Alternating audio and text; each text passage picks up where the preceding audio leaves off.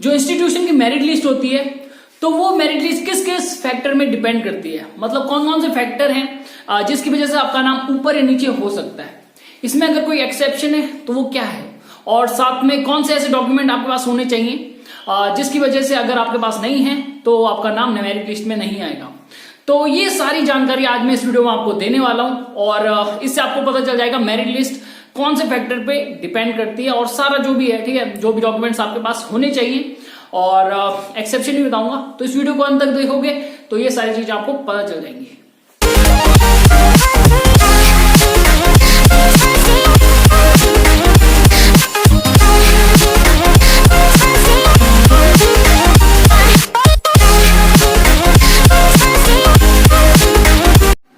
So hey guys, what's up? This is AJ and welcome to the episode second of #Learn with AJ, and in this video I'm going to tell you about the merit list, like कौन कौन से factor merit list पे depend रहते हैं। साथ में उसके साथ मैं आपको बताऊंगा कुछ डॉक्यूमेंट जो आपके पास होने जरूरी हैं, और बेसिकली इसके बाद आपको बहुत चीजें पता चल जाएंगी। लेकिन इस वीडियो को स्टार्ट करने से पहले first of all thanks for the response on like the 2 previous videos.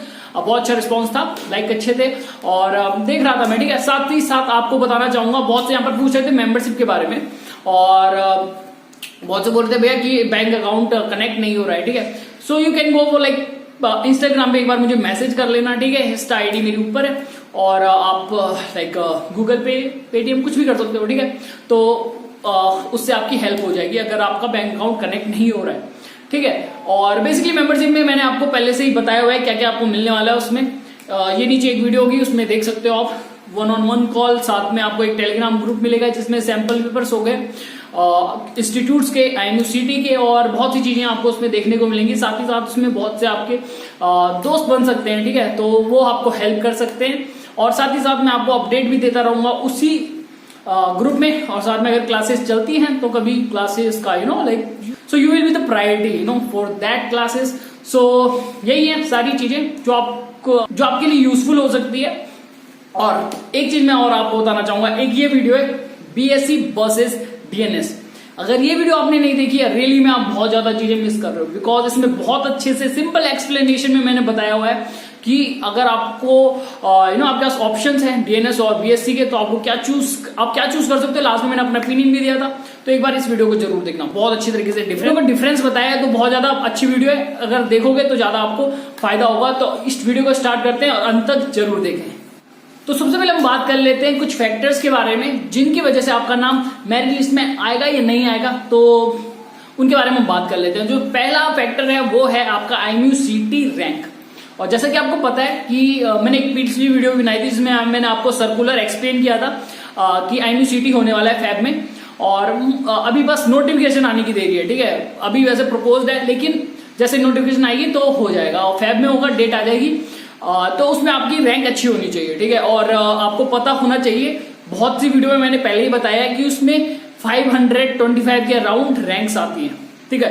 तो उस लिस्ट में अगर आपका नाम है और अगर ऊपर नाम है, मतलब रैंक अच्छी है, तो बहुत कम प्रॉब्लम होगी आपको, ठीक है। मतलब आपको बहुत अच्छे चांसेस हैं, कोई भी इंस्टीट्यूशन आपको ले लेगा, ठीक है, उसके अब से। और फिर जो सेकंड फैक्टर है वो है आपका 12th का परफॉर्मेंस, ठीक है। ये भी बहुत इंपॉर्टेंट है।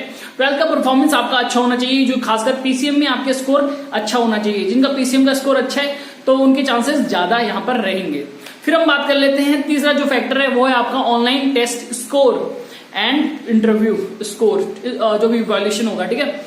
मतलब ऑनलाइन टेस्ट स्कोर जो भी आपने इंस्टीट्यूट के लिए दिया हुआ है, तो एक बार मैंने पहले भी बताया था कि उसमें आप अगर नेगेटिव मार्किंग है तो उसमें ऐसे ही लास्ट में सारे तुक्के मत मारना, क्योंकि वो स्कोर आपको आगे हेल्प कर सकता है। तो उसमें आपका स्कोर अच्छा होना चाहिए। साथ ही साथ इंटरव्यू आपने कैसे दिया है वो सारी चीजें, जैसे आपका PI हो गया, पर्सनल इंटरव्यू, दूसरा आपका सेक्शन कौन सा था, साइंस का सेक्शन था, तीसरा आपका जनरल एप्टीट्यूड का सेक्शन था। तो ये तीनों मिला के देखेंगे वो कितना अच्छा आपका इंटरव्यू गया है, और ये तीनों जो फैक्टर्स है वो आपकी हेल्प करेंगे मेरिट लिस्ट में नाम आने में, अगर आपका स्कोर इन तीनों में डिसेंट रहता है, ठीक है। अब मैं बात करने वाला हूं इसके एक्सेप्शन की। एक्सेप्शन यहाँ पर तभी हो सकता है अगर इंस्टीट्यूट में यहाँ पर सीट बची हो, ठीक है।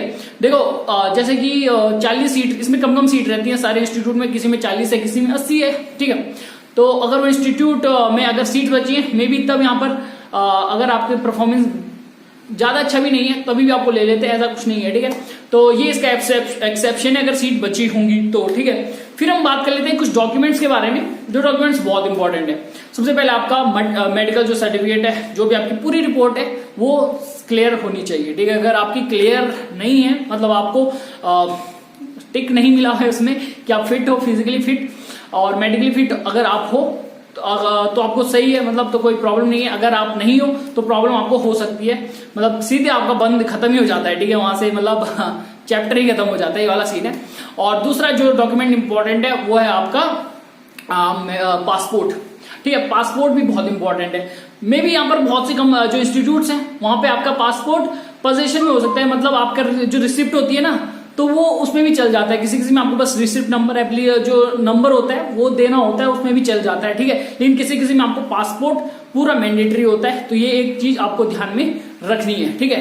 और साथ ही साथ एक चीज और है, अगर आपका यहाँ पर कोई जैसे IUCT में एक ऑप्शन होता है कैटेगरी का, ठीक है। अगर आपने कैटेगरी में डाला हुआ है कि आप जनरल EWS हो, ठीक है, OBC कैटेगरी वाइज आपने अगर वहां पे कुछ भी डाला हुआ है तो आपके पास वो कैटेगरी का सर्टिफिकेट होना चाहिए। ये रियली में बहुत इंपॉर्टेंट है। इस चीज को तो आपको थोड़ा समझना होगा कि अगर आपने अभी नहीं बनाया है तो यहाँ पर आपको बाद में प्रॉब्लम होगी, तो अभी बना लो, ठीक है। अगर आप कैटेगरी चूज करने वाले हो तो पहले से ही बना लो, बहुत ज्यादा आपको हेल्प हो जाएगी। तो ये तीनों डॉक्यूमेंट्स आपके पास होने चाहिए और बहुत हेल्प यहाँ पर आपको पहले से ही हो जाएगी, ठीक है। तो यही थी वीडियो। अगर आपको अच्छी लगी है तो इसको लाइक करें, कमेंट करें, शेयर करें, सब्सक्राइब करें चैनल को और मिलते हैं अगली वीडियो में।